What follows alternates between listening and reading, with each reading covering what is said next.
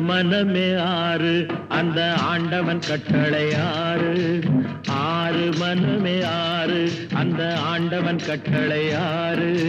தேர்ந்து மனிதன் வாழும் வகைக்கு தெய்வத்தின் கட்டளை ஆறு தெய்வத்தின் கட்டளை ஆறு உண்மையை சொல்லி நன்மையை செய்தால் உலகம் உன்னிடம் மயங்கும் நிலை உயரும் போது பணிவு கொண்டால் உயிர்கள் உன்னை வணங்கும் உண்மை என்பது அன்பாகும் பெரும் பணிவு என்பதும் பண்பாகும்